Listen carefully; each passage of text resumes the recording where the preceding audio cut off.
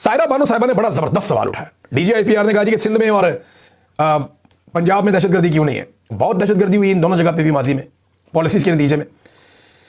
लेकिन उन्होंने सवाल बड़ा अच्छा उठाया। उन्होंने कहा जनरल अयूब ने अमेरिका को जो पहला अड्डा दिया वो पंजाब में था या सिंध में। जनरल ज़ियाउल हक ने अमेरिका के लिए मुजाहिदीन का जो बेस कैंप बनाया पंजाब को बनाया या सिंध को बनाया। जनरल मुशर्रफ के ताबुन से अमेरिका ने ड्रोन हमले पंजाब में किए या सिंध में किए। जब ये सारा गंद आपने डाला खैबर पख्तूनख्वा में तो दहशतगर्दी वहीं आएगी ना। वैसे बलूचिस्तान का जिक्र क्यों नहीं करते डीजीआईएसपीआर। बलूचिस्तान के ऊपर तो कई दहाइयों से आपकी अपनी हुकूमत है, कई दहाइयों से आपका अपना कंट्रोल है। 70 की दहाई से लेकर आज तक बलूचिस्तान आपने अपने कंट्रोल से बाहर जाने कब दिया है। फौज का बिला किसी और की शराकत के मुकम्मल कंट्रोल है बलूचिस्तान और वहां की हुकूमत पे हमेशा से। और पाकिस्तान का सबसे बदतरीन अमन अमान वाला सूबा बलूचिस्तान है। बलूचिस्तान में सिर्फ 2-3 चीज़ों को अमान है। नंबर 1, मादनियात के ट्रक, उन्हें कोई नहीं छेड़ता, वो जाते हैं सीधे, उनको पहुंचाना पता नहीं क्या है, वो जाते हैं सीधे। नंबर 2, जो तेल की स्मगलिंग होती है अफगानिस्तान से, उनको अमान है।